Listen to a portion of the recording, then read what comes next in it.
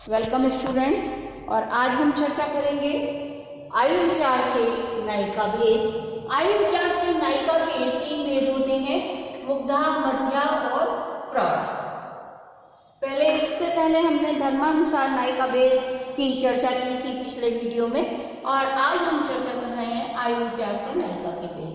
तो नायिका के 3 भेद होते हैं, मुग्धा नायिका, मध्या नायिका और प्रौढ़ा नायिका। मुग्धा नायिका उसे कहते हैं जिसमें नया यौवन विकसित हुआ हो और काम कलाओं का विलास पहले प्रादुर्भूत हुआ हो, जिसके हृदय में संकोच की मात्रा अधिक पाई जाती है और जिसका मान अधिक देर तक स्थिर न रह सके।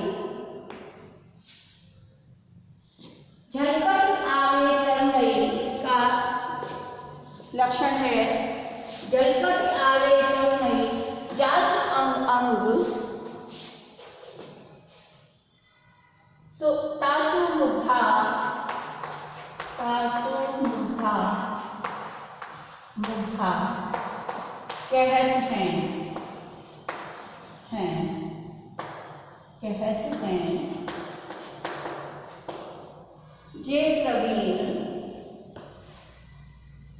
जे प्रवीण प्रसरण, जे प्रवीण रसना।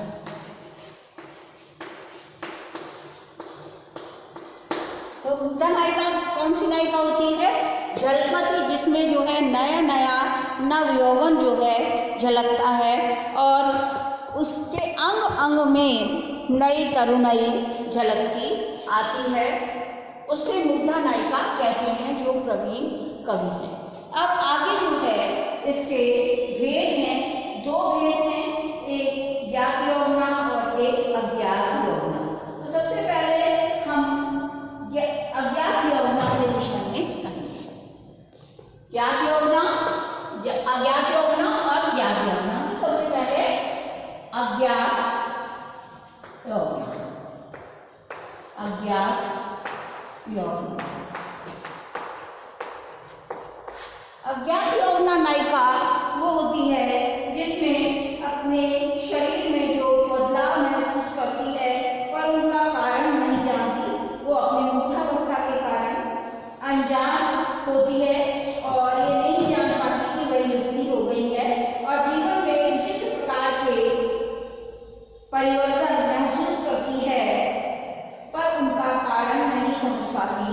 ऐसी नायिका अज्ञात यौवना नायिका कहलाती है। दूसरा है ज्ञात यौवना नायिका। ज्ञात यौवना ज्ञात यौवना नायिका वो नायिका होती है जिसे अपने शरीर में होने वाले परिवर्तनों का ज्ञान हो जाता है और अंकुरित यौवन का ज्ञान हो जाता है और जो अपने जीवन में एक नए प्रकार की झलक अनुभव करने लगती है, ऐसी नायिका ज्ञात यौवना नायिका कहलाती है। ज्ञात यौवना नायिका के 2 भेद होते हैं, एक तो नवोड़ा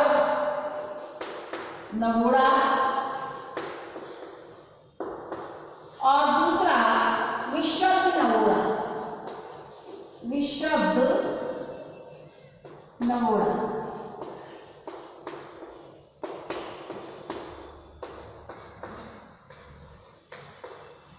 नवोड़ा और विश्रब्ध नवोड़ा। नवोड़ा नायिका, देखिए कि नवोड़ा नायिका वो नायिका कहलाती है जो अत्यंत भय और लज्जा के कारण नवविवाहिता स्त्री रति से दूर रहना चाहती है, नवोड़ा नायिका कहलाती है।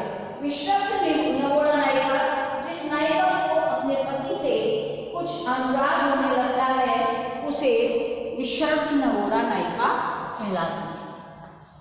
नवोड़ा नायिका वह नवविवाहिता नायिका जो भय और लज्जा के कारण रति से दूर रहना चाहती है, नवोड़ा नायिका कहलाती है। विश्रब्ध नवोड़ा, जिसे अपने पति से अनुराग होने लगता है और वह नायिका विश्रब्ध नवोड़ा नायिका कहलाती है। और सुकिया के अंतर्गत अब मध्य नायिका का वर्णन करेंगे। तो ये सभी सुकिया के भेद हैं, आयु विचार से जो भेद हैं सभी सुकिया के अंतर्गत हैं। अब जिक्र करेंगे हम मध्य नायिका।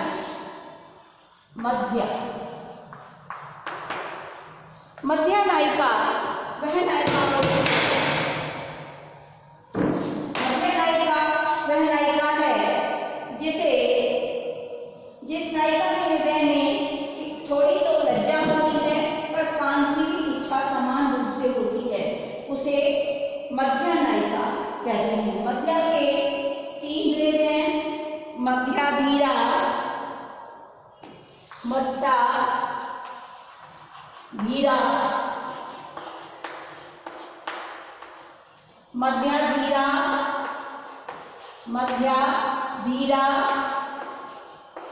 अधीरा।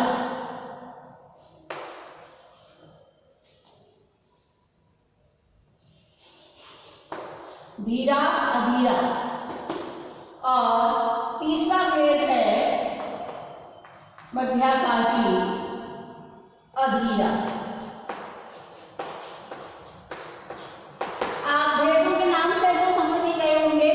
इसमें धैर्य की मात्रा अधिक होती है और जो धैर्य धारण करके अपना जीवन निर्वाह करती है, ऐसी नायिका मध्याधीरा नायिका होती है। पर स्त्री के पास अपने पति को गया देखकर भी वो धैर्य धारण करती है और उससे कटु वचन नहीं कहती, ऐसी नायिका मध्याधीरा नायिका होती है। मध्याधीरा नायिका ऐसी नायिका होती है जिसमें धैर्य की मात्रा कुछ कम होने लगती है और कभी कभी अधैर्य होकर वो पति के प्रति कटु वचन व्यक्तियां भी करती है, परंतु फिर भी उसके आगे विनम्र बनी रहती है। और अधीरा नायिका वो नायिका होती है जो अपने धैर्य का परित्याग कर देती है और परिस्थिति के पास गमन को लेकर वो अपने पति को कटुक्तियाँ सुनाती है, उसे लज्जित करती है और हाथ से झिड़कियाँ देती है। अब हम तीसरी नायिका को लेंगे, प्रौढ़ा नायिका। प्रौढ़ ये हो गया मुग्धा और मध्या। अब हम लेंगे प्रौढ़ा। प्रौढ़ा नायिका। प्रौढ़ा नायिका वो नायिका होती है जो लज्जा का परित्याग कर देती है और अपने पति से खुलकर रति त्याग करती है और किंचित भी लज्जा युक्त नहीं होती और संपूर्ण काम कलाओं में पारंगत हो जाती है, संकोच और लज्जा को त्याग कर देती है। प्रौढ़ा के भी धीरा अधीरा 3 भेद होते हैं। प्रौढ़ा के भी धीरा अधीरा 3 भेद होते हैं। इसके अतिरिक्त कुछ अन्य भेद भी यहाँ पर मैं वर्णित कर रही हूँ। रतिप्रीता,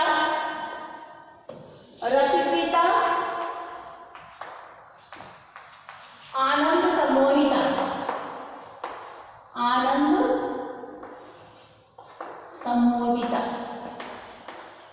सम्मोहिता,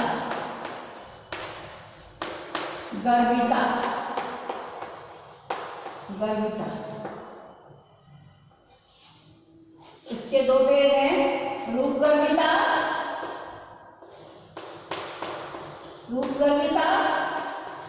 और दूसरा है प्रेम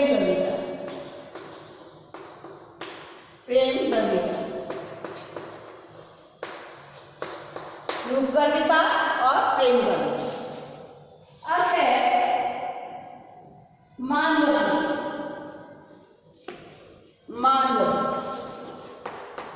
मानवती। अब इसके अतिरिक्त पहले बहुत सी रानियां हुआ करती थी राजाओं के यहाँ, तो एक अन्य भेद भी हुआ करते थे। राजाओं के पति के प्रेम के अनुसार उनको ज्येष्ठा, कनिष्ठा आदि भेद भी किए जाते थे। तो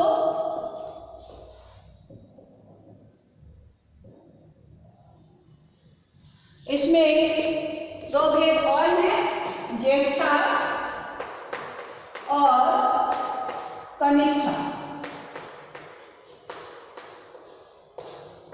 ज्येष्ठा नायिका वो कहलाती थी जो नायक को सर्वाधिक प्रिय होती थी, महारानी या पटरानी भी कहलाती थी। कनिष्ठा नायिका छोटी रानी कहलाती थी। इस तरह से ज्येष्ठा और कनिष्ठा भी इसके भेद हैं। एक तो हो गया धीरा, धीरा धीरा और अधीरा, ये हो गए प्रौढ़ा नायिका के भेद।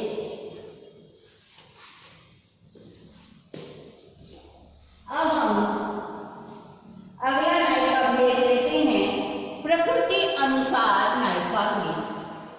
प्रकृति के अनुसार नायिका भेद, प्रकृति के अनुसार नायिका भेद। प्रकृति अनुसार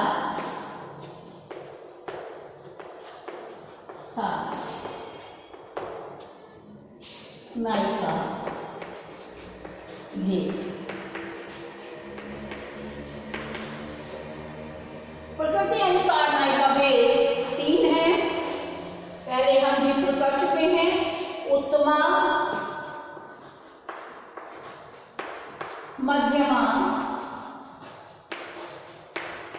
और अधमा। उत्तमा नायिका वो नायिका कहलाती है जो धर्म भावनाशील होकर उदार स्त्री होती है और अपने पति का अहित किए जाने पर, अपने पति द्वारा अहित किए जाने पर भी उसका हित नहीं चाहती, उसको उसके प्रति दोष देखकर भी उसके प्रति दोष नहीं करती, बल्कि उसके दोषों को भी छिपाती है तथा सदैव पति की सेवा में संलग्न रहती है। ऐसी नायिका उत्तमा नायिका कहलाती है। उत्तमा नायिका जो अपने पति के दोषों को देखकर भी उनको अनदेखा करती है और अपने पति के प्रति चाहे कुछ भी करे और कितना भी अपमान करे, वो चुपचाप उसे सहती है और उसका हित नहीं त्यागती। पति द्वारा अहित किए जाने पर भी वो उसका हित नहीं त्यागती। ऐसी नायिका उत्तमा नायिका कहलाती है। जाको जावक सिर धरो, जाको जावक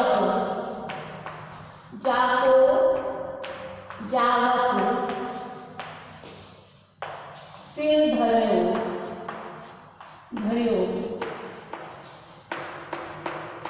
प्यारे सहित स्नेह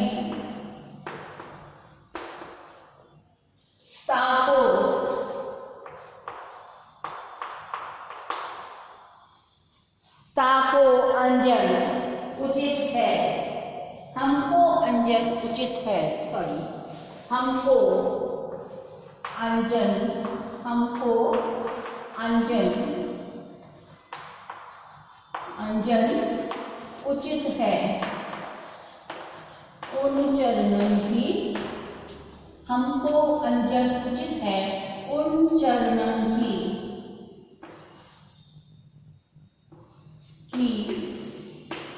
खेत। मतलब कि जिसका सिंदूर मैंने अपने स्नेह से अपने सिर पर धारण किया है, उसके चरणों की जो धूली है वो मुझे अंजन की तरह से प्रिय है। ऐसी नायिका उत्तमा नायिका कहलाती है। अब है मध्यमा नायिका, जो स्नेहशीला नायिका किंतु तनिक शंकिता भी होती है। स्नेहशीला भी होती है परंतु थोड़ी शंकिता भी होती है और अपने पति को व्यंग्योक्तियां सुनाती है, कटुवचन कहती है, व्यंग्योक्तियां सुनाती है और दुखी होती है तथा प्रिय के प्रति नीति अपनाती है, प्रिय के साथ नीति अपनाती है, उसे मध्यमा नायिका कहते हैं।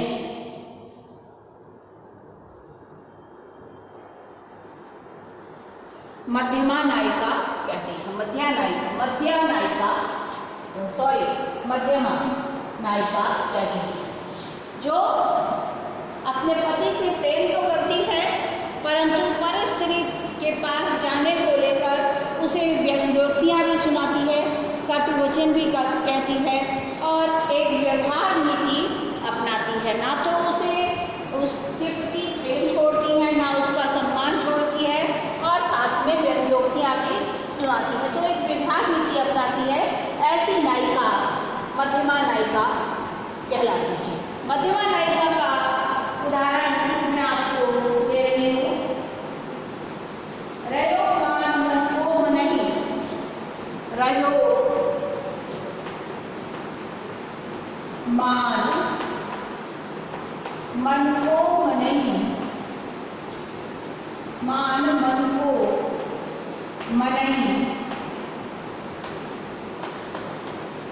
मनहि सुनत कान के बैन, सुनत कान के बैन, बरज बरजी, बरजी बरजी हारी कऊ, हारी कऊ रुके न गरजी नहीं, रुके न गरजी नहीं।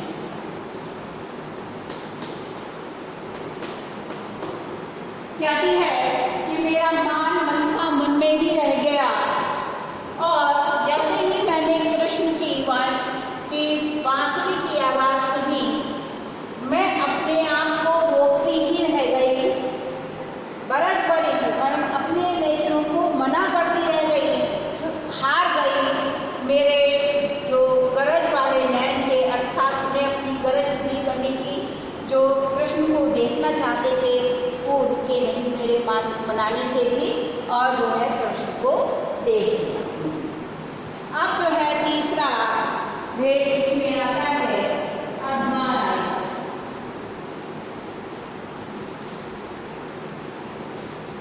अधमा नायिका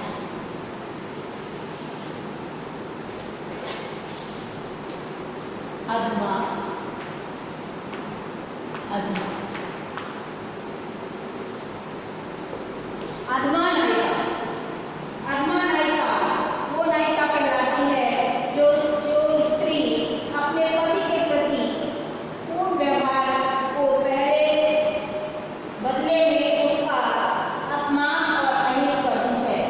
जो स्त्री अपने पति के व्यवहार के अनुसार, उसके अनुसार आचरण करती है, अगर उसका पति अपनी पर स्त्री के पास जाता है तो उससे बहुत ही कठोर व्यवहार करती है और जैसा व्यवहार वो करती है उसका बदला वो उससे ले, जैसा उसका पति व्यवहार करता है उसके बदले में वैसा ही व्यवहार करती है।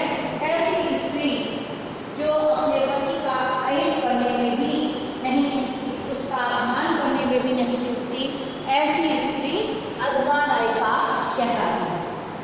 तो ऐसी स्त्री अधमा नायिका कहलाती है। तो ये आपके प्रकृति अनुसार नायिका हुए, समान हुए। और अब है धर्मानुसार। अब है अगला भेद जाति अनुसार नायिका की। जाति अनुसार